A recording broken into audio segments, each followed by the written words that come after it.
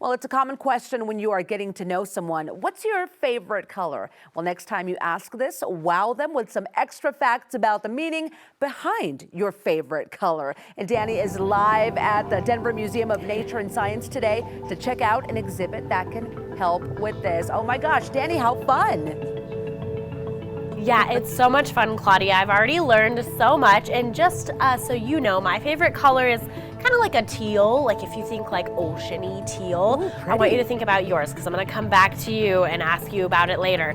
But I want to talk to my friend Kelsey Cowan here with the Denver Museum of Nature and Science. And Kelsey, okay, first of all, what's your favorite color, Kelsey? Okay, I'm going to say an olive green. Olive green. My pants here, I came prepared. I love that too. Yeah, so you got to wear your favorite on the day we're talking about colors.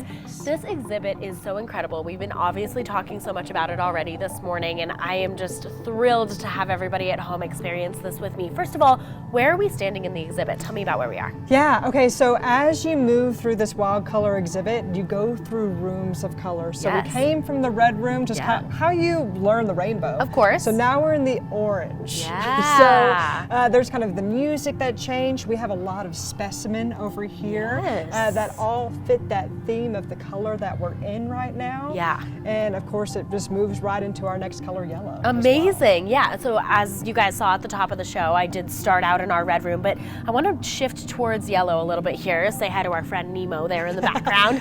But yeah, clownfish, we got orange here, and then we pop into yellow. Tell me a little bit more, because yellow is a primary color, correct? It is, yes. These rooms are a little bit bigger. Explain a little bit more about what we can see in the bigger rooms. Yeah, definitely a little bit bigger. One thing that you can expect in the bigger rooms are kind of these little photo opportunities. Should we get in front of I think we should get in front of the butterflies here. Yes. Yeah, let's do it. We can actually become a butterfly Okay, you're ourselves. taller than me, so you can get the bigger one. Here we go. Okay, here, I'll squat Our down. Am I good? Flap Are we as well. in it? Look I at think we're that. in. Oh, gotta get to the back. Okay. Oh, try not to break anything while we're here. Okay, but yeah, so we can see here, obviously, we're getting into the colors and how they interact with nature, right? Yeah, absolutely. Amazing. So we have the butterflies. What else can we see in yellow here? Yeah, absolutely. So all around, we can really focus, of course, how bees and how they even see in ultraviolet. It's almost like a landing pad for bees to be able to pollinate. So we really be able to understand the hidden meanings of color as well in each section.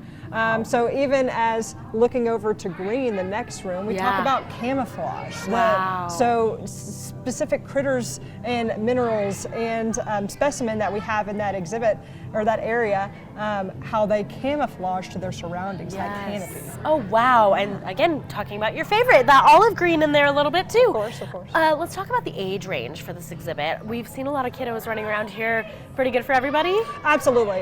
Definitely a multi-generational exhibit. Yeah. We have so many specimens. So this exhibit comes to us from the Film Museum in Chicago. Oh, wow. So it features over 600 different specimens that they actually loaned to us, of course, with this exhibit. Yeah. But we also sprinkled in a little bit of our own as well. So amazing. Really, you can find even more than what you might find at other places too. So cool. Okay, do you have a favorite part of the exhibit personally? I think I do, yeah. So we actually have in the blue room this giant multimedia wall that you can actually see this blue skies, underwater adventures. It just changes, and I feel like I just get mesmerized just looking at it. So I'll have to show you that in a little bit. That's a good one. All right, well, just like Kelsey said, we're going to be seeing that in just a little bit, so don't go anywhere, guys. Claudia, I want to send it back to you, but you have to tell me what your favorite color is. Oh gosh, well that would probably be like a blue, like a bright blue or pink, obviously. I love pink. Thank you, Danny.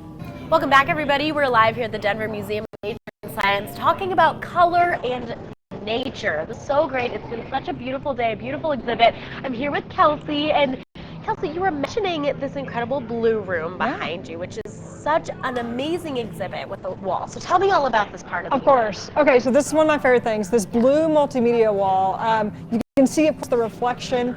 Honestly, I've been watching kids over here just be mesmerized and sucked into it. Understandably. And yeah, it just kind of rotates these blue images of either creatures, the sky, the ocean. Wow. But mesmerizing. Yeah, so mesmerizing. I can see how kids, I would even like lay down and take a nap here because it is just so relaxing and so beautiful right there. And so we have moved throughout the exhibit. You guys saw the red, you saw the orange and the yellow. We showed you green, there's blue.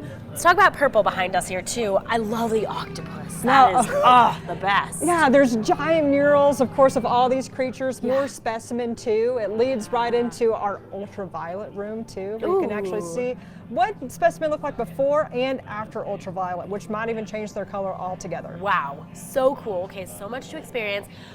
We got to talk about this wall. Okay, yeah, we have to do this. Okay, I think so too. Should we get props? I think we do need props. We have some props over here. Okay. Let me grab.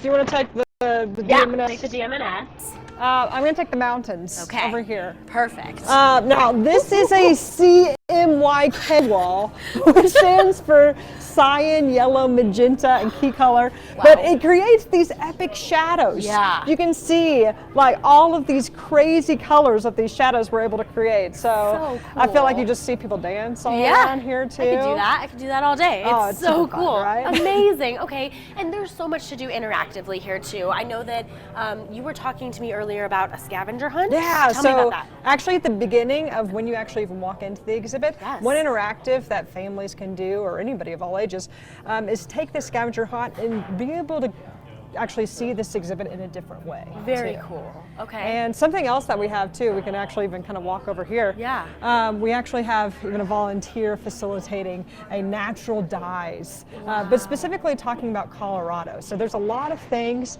that the Denver Museum of Nature and Science did to enhance this temporary exhibit. Yeah. And we always like to throw in a little bit of a Colorado connection. Yeah. So featuring our own colors. Oh my gosh. So that mural over there is the Paint Mines Interpretive Park, which is about 2 hours from Denver here. Yeah. And you can see that natural color. So much of it. Which is fascinating. So incredible. Okay, I want to talk about tickets because spring break, it's not super close, but it's close enough to where we want to plan for our kids to take them here, bring them here.